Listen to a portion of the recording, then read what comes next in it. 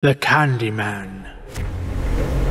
This story takes place in 1992. James and Emma were twins who lived with their aunt, Mrs. Hudson, in Chicago. The twins studied in the same college. One day, Emma and James were returning home when James' friend Peter came to them and stopped them on their way. What happened, Peter? Don't you intend to go home today? Nope, today's gonna be our night out. What do you mean? I mean that today we're all going to go to my Aunt Sophie's house. Her house is huge and we can have a great time there. That sounds fun, Peter, but won't your aunt mind? Especially if you're bringing us as guests? Nope, I already told Aunt Sophie that we'll come visit there on the weekends. Emma and James started looking at each other and considered whether they should go to Peter's aunt's house or not. Peter talked them into it. Come on, guys, it'll be very fun. Okay, we'll go with you. In the evening, they all met in one place and left for Sophie's house.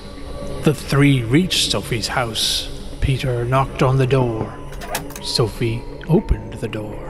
Hello, my children. How are you? I was waiting for you all. Thank you, Aunt Sophie. This is my friend James, and this is James's sister, Emma. It is very good that both of you also came.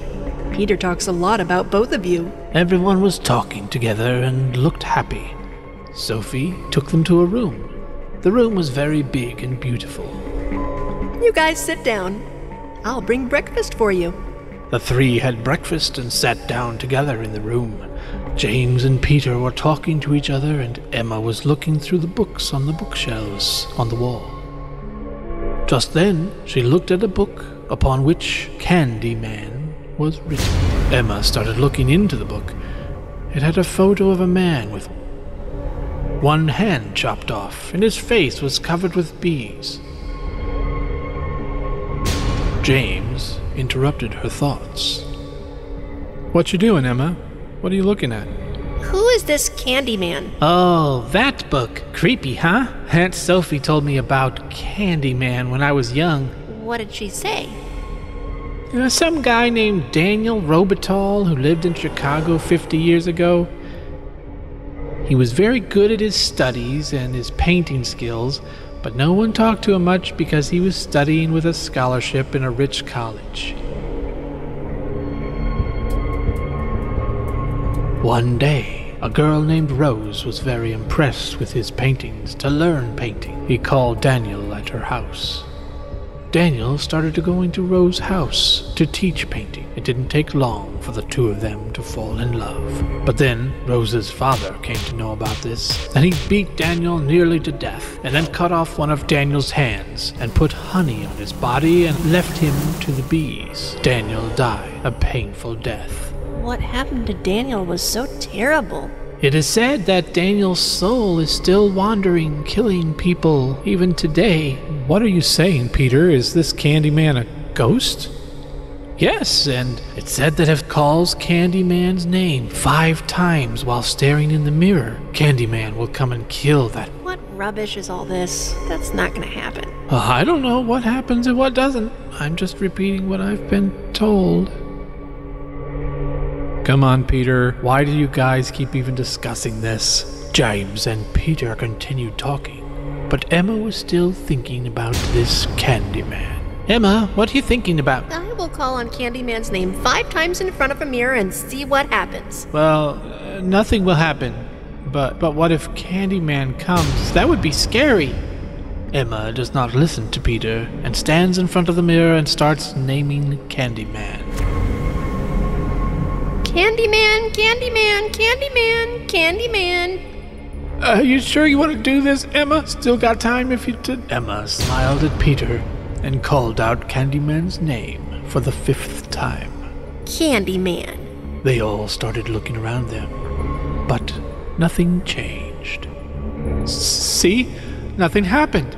The three turned to sit back in the place when the chandelier hanging in the room started moving, and everything in the room started quaking and shivering and crashing, and all three of them were scared. What's going on, Peter? I don't know. Come on, run. Let's go get Aunt Sophie. But before they could, a swarm of honeybees came from the window and spread into the room. All three kids started waving their hands and feet to avoid the bees. Then smoke formed in the shape of a man before them. One of his hands was sliced off, and blood was dripping from the wrist. The other side of his body was covered in bees. The kids were terrified. You guys called me, and I came. Now, I will take you all with me. This is Candyman. Run, guys. Peter started running. Candyman splashed blood on Peter's face with his chopped off hand, and Peter's face started burning badly. Peter, are you all right? My face is burning! James, do something! James grabbed a jug of water, but as soon as he put his hands near Peter's face, the water turned into blood, and the blood fell on Peter's body, and now his whole body started burning. He collapsed on the ground in agony. Peter! James was shocked to see this. The Candyman came close to him and sent all the bees upon him. James's body was covered with bees and he was screaming in pain. Please leave them. I have called you. Take revenge on me. Leave them alone. I will take the biggest revenge on you. Emma ran to the open door, but the door was jammed shut, so that every effort was in vain. Outside, Aunt Sophie heard the pounding of the door on the children's room. This voice is coming from the children's room. Sophie ran to the door and tried to open it, but it wouldn't budge. Peter, open the door. From inside, Emma started crying and asking help from Sophie. And save us! Candyman will kill us! Please save us! Candyman? Sophie ran to her own room and stood in front of a mirror. Back in the room, Candyman came close to Emma. His eyes were red, and he was looking at Emma with anger. Candyman lifted Emma up into the air by her hair. In the other room, Sophie was standing in front of the mirror with a hammer, and she started repeating the name of Candyman and hammering on the glass at the same time. As soon as she hit the mirror the first time, Candyman's power began to fade. Honeybees began to leave James's body, and the blood on Peter's body began to wash away.